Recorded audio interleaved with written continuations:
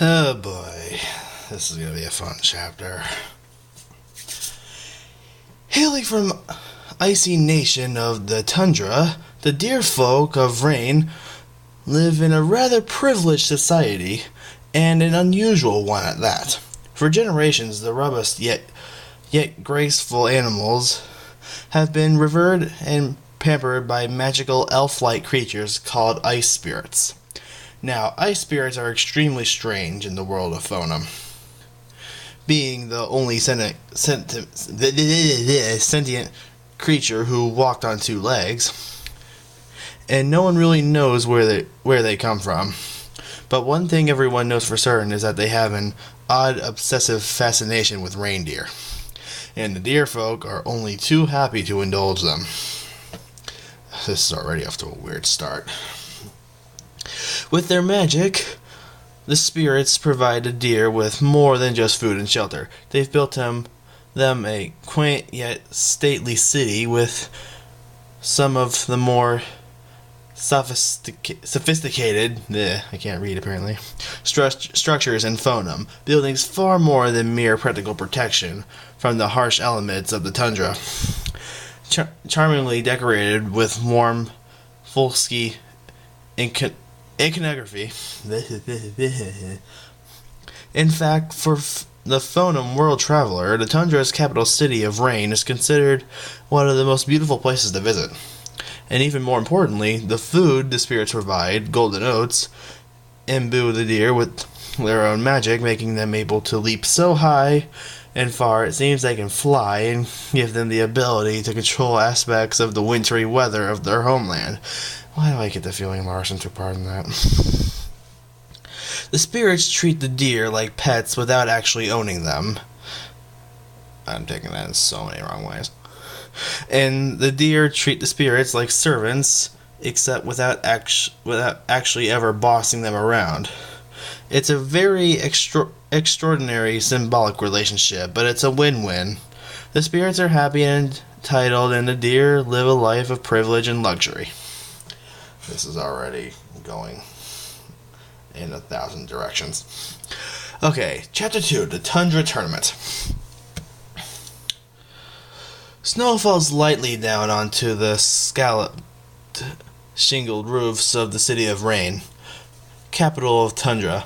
The thick, dark wood of the buildings and the colorful folk art painted around the doors and windows are only that of much more lovely, with the clean, white snow piling on and around them.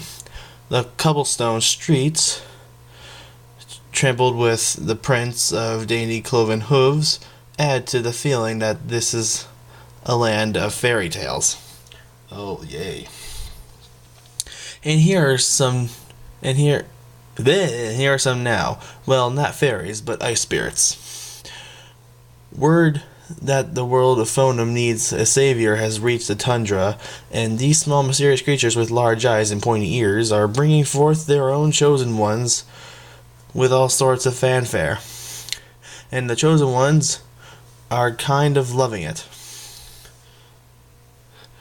The most robust and powerful of all the reindeer in the tundra are here to compete. The ones with the largest antlers and the thickest neck fur. Oh, please.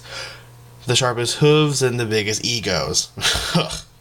For each is convinced that it is they who will win the tournament and decide who will save the world. Uttering a soft, squeaky language no one understands but them, the spirits parade their favorite thoroughbreds through the city, making their way to the stadium. Each deer is adorned with beads and baubles, finely woven wool capes, or have their great antlers painted silver and gold.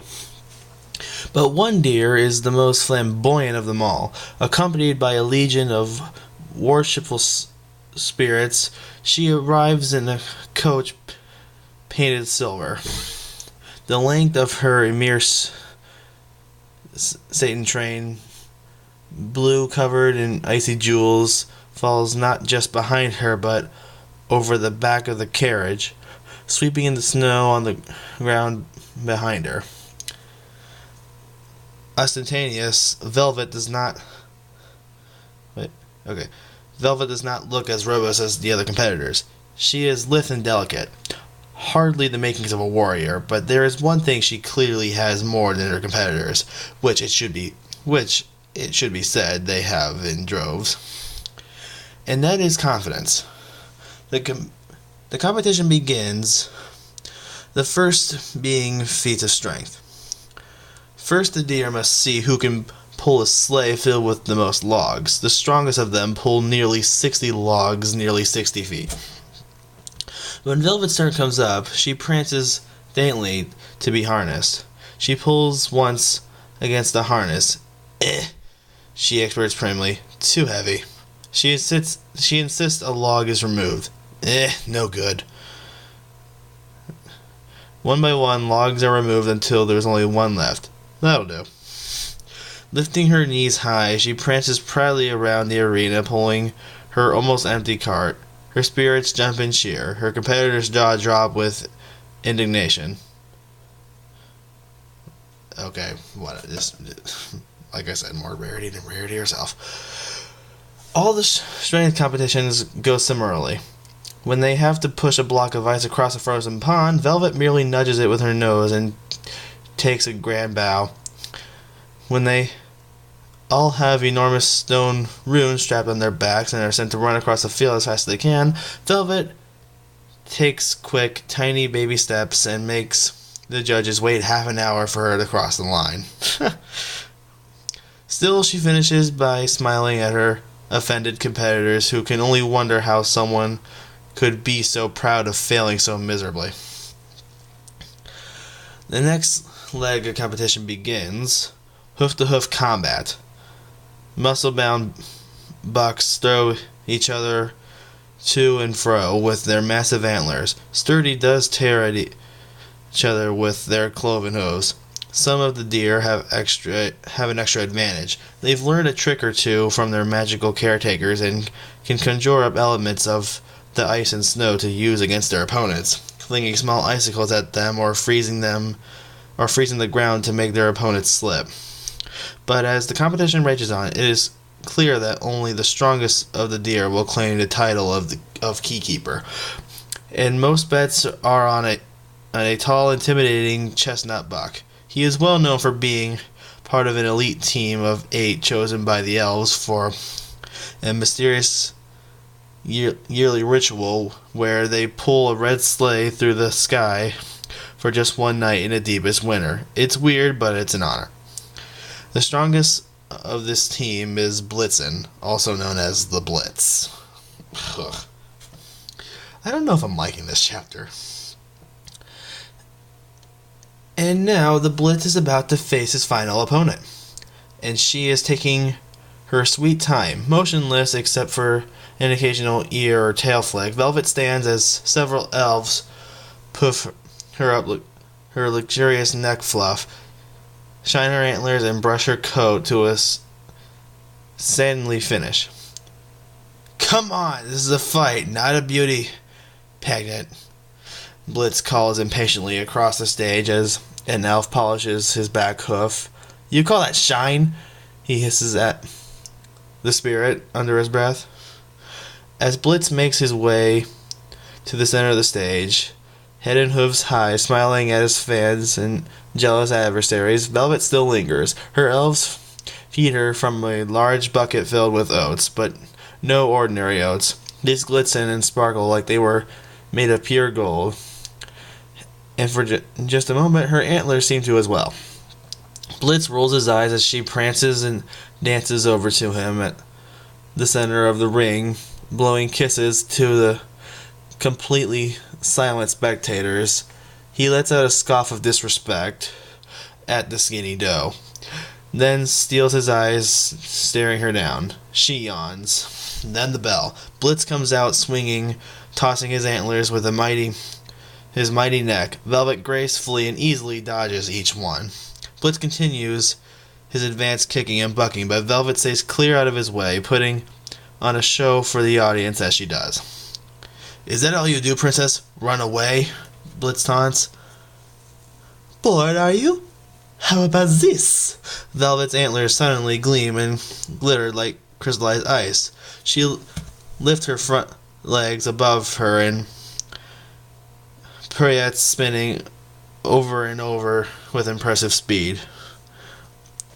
Come on, woman, stop dancing and fight! But before Blitz can finish, a massive, magical, spinning column of snow and ice erupts from the ground and gobbles him up.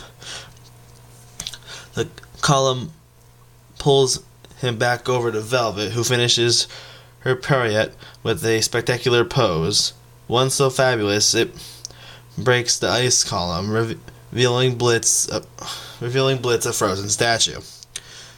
She smacks him 1-2, kicks him forward as her horns glitter with spirit magic, attacks him with ice projectiles over and over until finally he is down. I chipped a hoof, she laments. The spectators go wild with enthusiasm or jealous rage is anyone's guess, but either way is perfectly pleasing to Velvet.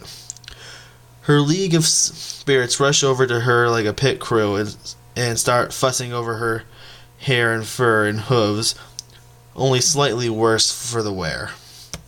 They escort her to her silver carriage, placing her silk robes over her shoulders like a champion boxer. As they pull her out of the arena to begin her quest as Rain's keykeeper, she blows a kiss to the crowd. Goodbye, my loves. I'm off to save the world for you. Don't be jealous now.